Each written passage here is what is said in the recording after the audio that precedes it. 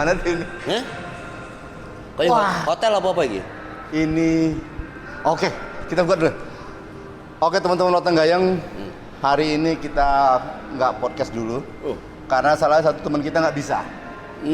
Oh, karena dia katanya dengar-dengar pameran tunggal. Wih, Masa sih? Mas Men. Ya, itulah pertanyaanku. Yang masa seorang Mendring kok pameran lukisan tunggal? Jual beli panci loh dia. Iya. Kok lukisan tunggal? Kok pameran tunggal? Pameran panci. Lukisan katanya. Pameran lukisan. Oh. Berani. Kewanen. Kewanen. Iya. Di mana nih kita? Di SCH ya? Asia. Di Sulaiman City Hall. Sulaiman City Hall. Nah, biar nggak penasaran, sekarang kita lihat lukisannya ya. Ayo. Oke. Yuk. Yuk. Kalau namanya bener sih, Bon. Jeding Alexander.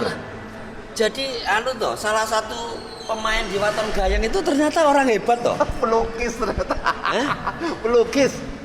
Nah, kayak nggak percaya ya. Berarti ya. Kalau jual beli panci itu pokok, lukis sambilan.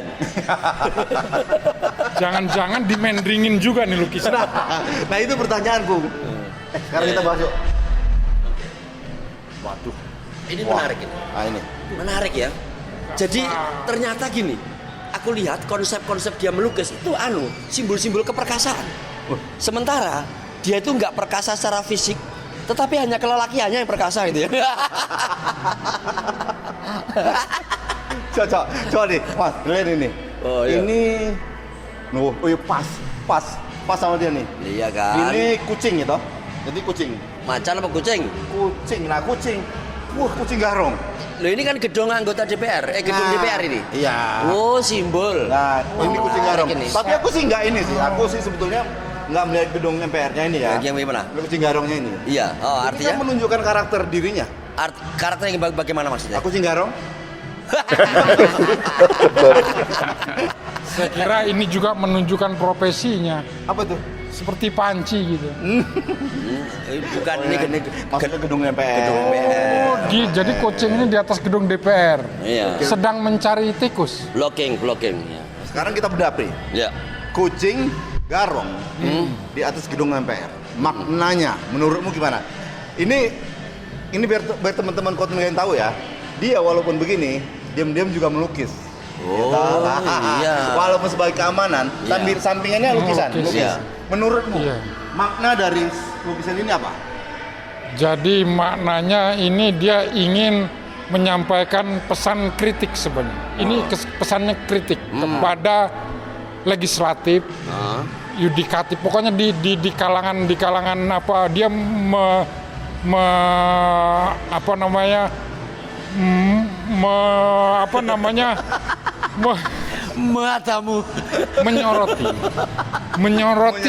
menyoroti situasi Ya. sekarang.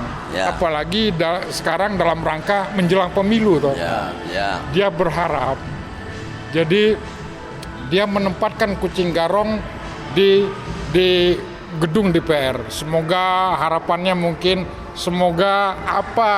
orang-orang yang duduk nanti di DPR tidak termakan oleh kucing garong. Itu tafsir. Tafsirmu, Bon. Itu tafsir. Sorry, Bon. Tafsir. Biasanya kan pakai kacamata nih. Iya. Lupa dari pakai kacamata. Ya. Oke. Itu Tafsirmu. Kalau kamu lihat, kamu deketi coba. Itu sebenarnya bukan hanya kucing garong saja. Kalau bicara kucing garong itu kan menggarong, merampok. Hati-hati ketika sudah menjadi wakil rakyat itu jangan sampai hanya sekedar memikirkan dirinya sendiri. Ya, itu uang rakyat, hati-hati. Ya, itu. Yang kedua, itu kan tidak hanya kucing, itu ada banteng, ada itu dan juga ada hewan-hewan yang lain. Itu ingin menyampaikan pesan bahwa jangan berburu di kebun binatang, kata Gibran. Loteng Gayeng. Sebetulnya menurut saya intinya ini dia mau mengatakan bahwa orang yang di dalam ini adalah banyak malingnya. Lah iya. Oh, iya. Sekarang kita lihat lukisan yang lain. Oke, siap. yuk. Ini biasa, nggak tahu. Ini ada, yuk. ini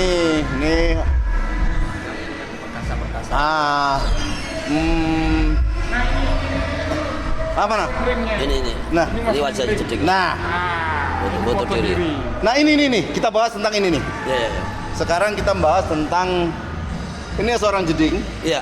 yang lagi sikat gigi. Enggak. Ah. Ya, harapannya kan seperti sikat gigi, tapi visual yang nyata kan seperti terkena ledakan bom. Iya. Menurutmu, Pri, ini maknanya apa nih? Jadi Sedang melakukan menyikat sikat gigi. Dia ingin menyampaikan bahwa apa yang dia makan dan apa yang dia telan, kemudian apa yang dia ucapkan juga bersih, menyenangkan hati orang-orang yang benarnya. Begitu loh, jadi bersih semua gitu. Jadi apa ya? Ya dia ini saya mau mengatakan, kalau menurut saya dia mau mengatakan bahwa apapun yang masuk dalam perutnya harus bersih. Harus bersih. Bukan dari uang maling, sehat, bukan dari garong, Betul. benar-benar dari hasil kerja keras dirinya. Iya. Oke, Benar. sekarang kita lihat lagi yang lain. Ya. Oh, ini wajah dia. Ini wajah jeding. Ini wajah dia waktu kena tipes. Kena apa itu? Kena penyakit apa itu? Soalnya remuk-remuk gitu. Ya. Keren juga. Sekarang yang mana nih? Kalau ini, waduh, ini agak horor ya. Horor ya. Ya. Ini adalah Tokoh-tokoh hebat ini. tokoh-tokoh hebat. Ya. Nah, Bob, tadi kan sebetulnya keliling-keliling nih. Keliling-keliling lihat lukisan Mas Jeding nih, Jeding dia lukisan tunggal. Ya. Padahal aslinya dia itu adalah profesinya sebagai mendring. Tahu mendring nggak? Ya. Tukang kredit keliling, tukang panci. Lah kok bisa-bisanya dia pemeran tunggal? Nah, Bob, sekarang lu kan sebagai seorang seni rupa juga nih. Nah, kemarin tadi apa yang kita mau bahas? Yang mana ya kira-kira? Ya hampir Kan- semua lukisannya. Ya, Hampir semua lukisan. kamu udah untuk semua lukisan Mas Jeding ya? Jadi Udah lihat. Respon semua. menurut Mas, Bob ini kan seorang misalnya seni rupa juga. Sebetulnya lukisan itu sih dikatakan bagus, katakanlah yang bagusnya sebetulnya lukisan itu bermaknakah atau apakah halus atau gimana? Menurutmu gimana? Ntar dulu, aku seniman tapi hidup bukan seniman. Aku hidup di sekitar seniman. Oh iya. Kalau yang Dari kacamata pencinta seni lah. Pencinta seni. Pokoknya kalau lukisan yang jadi duit. Oh, itu yang bagus. Itu yang paling bagus. Oh iya, setuju saya. Nah, sekarang Itu saya setuju. Picasso karyanya atau Van Gogh karyanya yang jadi duit itu pasti Oh, menjadi sejarah kan? jadi pendapatnya ini Bukan pasar pendapat loh. Mas Bob Bukan ini, pasar loh ya. Pendapat bukan dari sebagai kacamata pencinta seni. Ya. Dari kacamata orang mata duitan. Ntar dulu, boleh, oke, saya setuju. Cuma seniman tidak punya materi, tidak punya bahan, dia nggak bisa ngapa-ngapain. Iya betul juga sih. Ya hasil akhirnya bahwa karya itu terjual, terkoleksi, terapresiasi. Harus. Oke. Jadi Karena nilai sebuah soul yang ente punya ke kanvas itu juga punya harga diri loh. Ketika Anda mencipta sebuah kanvas dengan frame, dia udah ngomong kayak yang pelukis itu, aku punya harga diri loh. Bukan hanya Harley aja, Harley Davidson harga diri ini juga HD, harga diri. Nah, oke, teman-teman Wateng Gayeng. Jadi intinya gini, teman-teman Wateng Gayeng ya. Monggo Anda menilai sebuah lukisan itu. Ini kan pendapat masing-masing ya kan. Ya, Pendapat dari berbagai macam kalangan. Kalau dia bilang, kalau kata Bob tadi bilang bahwa lukisan yang bagus itu yang terjual. Nilai jual. Mungkin bagi seniman yang lain lukisan yang bagus bukan seperti itu. Tapi itu sah-sah saja. Itu? Ya, mungkin seniman punya lukisan yang paling bagus. Mungkin dia tidak akan jual. Ya. Tapi lukisan yang paling bagus yang bisa menghasilkan karya lain dari satu lukisan tadi berarti kan terjual di koleksi iya. orang. Betul. Come on. Iya. Betul. Boleh, anda bisa simpan lukisan yang berharga ratusan M pengen beli orang, nanti simpan. Cuma yang bisa magang nanti. Orang Iya. mau menghargai pakai uang, nanti nggak jual. Iya. Tapi karya yang lain yang menjadi komoditi yang menghidupi karya-karya yang lain. Siap. Bahwa sebuah karya seni itu bisa dilihat Dinikmati orang dari banyak. banyak orang Dan punya pendapat masing-masing dari kacamata masing-masing orang juga. Oke, sekarang kita keliling lagi Bob. Ikut yuk. Oke. Yuk. Nih udah enggak. Nih kita cari lagi. Wah, ini luar biasa. Realis sekali ini. Sangat lukisan Mas Jeding sangat realis sekali. Maaf Mas, Ini poster Mas, bukan masuk pameran. Salon ini. Oh, sorry. Bukan. Ternyata saya pikir dia tadi jago juga membuat lukisan realis, katanya poster. Nah, sekarang apa ya ini ya? Ini apa nih? Ini Banteng. apa judulnya? Banteng. 4 unsur apa ini? Kerbau. Oh, kerbau. Kandung kritik semua nih saya lihatnya. 4 unsur kerbau. Ya, yang menarik dari lukisannya Ko Jeding ini dia kayaknya otodidak banget dan kalau ngecat itu nggak pakai pertimbangan, nggak pakai mikir. Pating pelentot itu rapopo. Terbukti ketika di Waton Gayeng dia sebagai pemain di tempat kita, kalau ngomong ngawur, tapi ya bener loh. Ya, ini ya. Tapi lukisan yang karya yang ini dia menempatkan komposisi warnanya yang warna yang soft, dia memang bagus, indah gitu dilihatnya. Artinya ini kalau mungkin karya ini kalau ditempatkan di ruang tamu dengan komposisi yang pas akan sangat menarik ruangan itu. Ya. Ini nih, tadi dia serius sekali. Lu melihat apa? Sekarang gue lihat nih. Ya, tadi dia lihat apa? Dia serius sekali. Lihat namanya mana lu? Kamu lihat mana, Mas Bob? Lihat yang mana? Nah, aku cuma ikut berapa kali pamerannya Jeding ya, 1001, wajah 1001 terus ini. Nah, kalau dilihat Jeding seorang pelukis zaman ya. Jadi kalau dari 1001 itu kita bisa lihat tuh profil temannya, profil yang ngetop zaman itu dia lukis wajahnya itu. Ya. Dia termasuk pelukis zaman. Kemarin saya ketemu sama dia, saya bilang sama dia, Mas Jeding, saya pengen Anda membuat karya. Ini kan tahun naga. Buatlah naga, tapi sisinya dari mata-mata yang ente ketemu sama siapa aja kan meninggalin kesan mata. Nah, oke. Itu apanya? Sekarang oke. Sekarang saya tanya sekarang. Tadi Mas Bob punya ide tuh mengusulkan kepada Jeding bahwa coba sini buat naga. Ini kan tahun naga. dibuat sama dia. Coba sekarang buatlah sisi-sisinya dari mata-mata. Nah, makna yang pengen kamu sampaikan apa sebetulnya? Kira-kira apa nih? Jadi gini. Idemu ini. Jadi gini. Apa nih maksudnya nih? Karena Jeding kalau saya anggap tuh pelukis zaman, dia mewakili zaman ya, lewat karyanya dia, entah wajah, entah apa nggak tahu. Jelas. Tapi saya mengatakan mata, karena sekarang yang bisa menilai zaman ini mata. Yang bisa melihat Ke depan.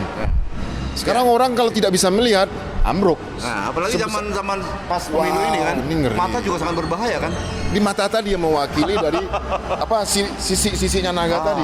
Ternyata dia udah bikin. Semalam besok pagi ketemu saya sudah bikin Mas Bob. Mana Tapi dia? Mana?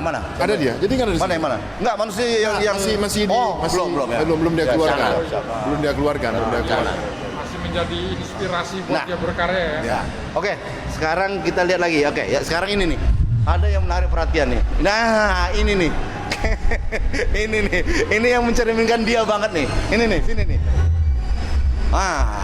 Mulai dari 1, 2, 3, 4 ini. Nah. Coba ambil dulu nih. Ini nih.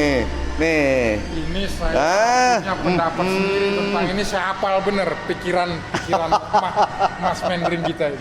Nah. Yuk, sekarang kita sini nih. Sini. Sekarang kita ngadep sana sekarang. Ngadep sana.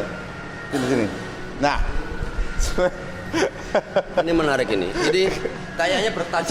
Siapa yang duluan? Kamu, Saya. Pon. Sekarang Pon. Ini, Kamu lihat 4 lukisan ini. Iya, saya kira kalau 4 lukisan ini menunjukkan bahwa harusnya ada temanya, tidak seperti yang sekarang ini ya. Ini cocok untuk tema yang sense of polygamy. Karena Enggak kan ini menarik ya. Iya. Istri pertama, kedua, ketiga, keempat. Iya. Pas. Iya, pas. Jadi dia menggambarkan masing-masing. Ya tapi nggak usah lah, nggak tahu lah ya. Tapi nah, menurutmu Zeb, kalau ada orang yang misalnya seorang pelukis yang senang sekali melukis, katakanlah cewek-cewek telanjang, tapi ini kan menjadi ini karena dia apa namanya pelukisannya, alirnya apa? Surrealis ya? Iya. Alirnya surrealis, jadi nggak realis. Jadi tapi orang tahu bahwa ini adalah cewek-cewek seksi. Nah, Iya. kalau seorang pelukis yang senang sekali melukis cewek-cewek seksi itu menurutmu orangnya seperti apa? Saya kira setiap pelukis sebenarnya dari dia aliran apapun, dia ingin melukis perempuan telanjang. Karena perempuan, anatomi tubuh manusia terutama perempuan itu adalah satu keindahan. Keindahan apa? Keindahan. Apa nafsu? Campuran antara keduanya. Hawa nafsu yang terwakili oleh keindahan. Nah, di sini sebenarnya lukisan 4 perempuan telanjang ini, bagaimana Mas Jeding itu mengungkapkan pikirannya, Liar ya? pikiran liarnya, Bapak bukan pikiran kotornya ya? liar dan kotor. Ada 2 poin yang aku catat ya. Ya. Ada 2 poin. Pertama, Coach Jeding menurut saya alirannya sangat ekspresif, cenderung radikal, keluar dari zona nyaman. Ya. Ekspresinya luar biasa ya. Sementara kalau kita ketahui Jupri, walaupun dia itu keamanan, tapi dia bisa melukis. Tapi lukisannya cenderung alirannya adalah realis. Realis hanya lukisannya, hidupnya kurang realis. Nah, oleh karena itu ya terus yang tidak realis gitu. ya terus yang menunjukkan Jangan buka-buka dong di sini. ya, dan yang menurut saya Coach Jeding sepertinya foya-foya dalam masalah cat. Pokoknya dia total, karena apa? Secara ekonomi dia mapan. Sementara teman kita agak minim, sehingga itulah yang membedakan status sosialnya. Saya kira itu aja. Oke, sekarang terakhir Bob. Salaman dulu juga. Sekarang kamu Bob, jangan mau bisa salah-salah aja Bob nih. Kamu tuh komentar ini Bob nih. Kalau seorang pelukis menurutmu nih yang sering menggambarkan cewek-cewek seksi, sebetulnya itu dia mau menunjukkan apa sebetulnya? Karakter dirinya kah, atau dia mau memandang sebuah keindahan kah, atau apa? Ya, karena seperti yang dibilang sama Mas tadi, Mas Yosef, Mas namanya Jupri. Jupri dia liar ya. Karena dia orang zaman tadi. Di zaman ini dia bisa apa saja. Jeding dia punya kebebasan di zaman ini. Jadi kalau dibuat alirannya Jeding, ya saya pikir dia lebih awas untuk melihat zaman ini. Sekarang ini kan dilukis. Ya. Di HP kita buka HP, ketemu kok yang lebih realistis. Ya. Tapi ini juga keren loh dilihat dari mata orang seni ya. Tapi zaman sekarang, maka tak bilang Jeding itu salah satu pelukis zaman. Dia bisa apa saja improve-nya. Mau dia gambar naga, dia gambar perempuan telanjang, atau dia mau bikin kehidupan orang-orang banyak, atau bikin wajah segala macam. Menarik, Jeding menarik. Jadi menarik. Oke, sekarang kita mana lagi? Kita lihat. Nah, ini sisi yang beda lagi nih. Oh iya. Oke. Ini kalau ini aneh ya. Kayak saya, karena saya bukan seorang pelukis, saya bisa melihat kalau kata seorang orang ahli dalam bidang seni, melukis itu sebetulnya bukan dari goresannya, sebetulnya bukan dari bentuknya, tapi nilainya itu pakai hati. Ketika kita melihat ini senang. Hati kita tersentuh atau tergerak. Itulah yang membedakan bahwa Coach Jeding itu betul-betul dari hati. Sementara Jupri itu hati-hati banget karena realis ya. Hati-hati takut kehabisan cat. Kalau geraknya gimana itu? Kalau gerak pantomimnya gimana itu? Antara hati dan hati-hati. Oke, sekarang daripada kita ribut-ribut sih sebetulnya mending kita cari Coach Jeding. Oh iya. Ya toh? Kita cari Coach Jeding. Boleh saya mengupas satu karya Mas boleh. Jeding yang ini. Yang mana? Kalau kita lihat ini komposisi warnanya, dia selalu bermain ketika dia hatinya lagi damai, dia selalu bermain dengan komposisi warna yang soft. Itu menandakan hatinya ketika mengerjakan karya ini sedang damai begitu. Tetapi ini garis-garis nggak beraturan. Bahwa pikirannya memang sering nggak beraturan.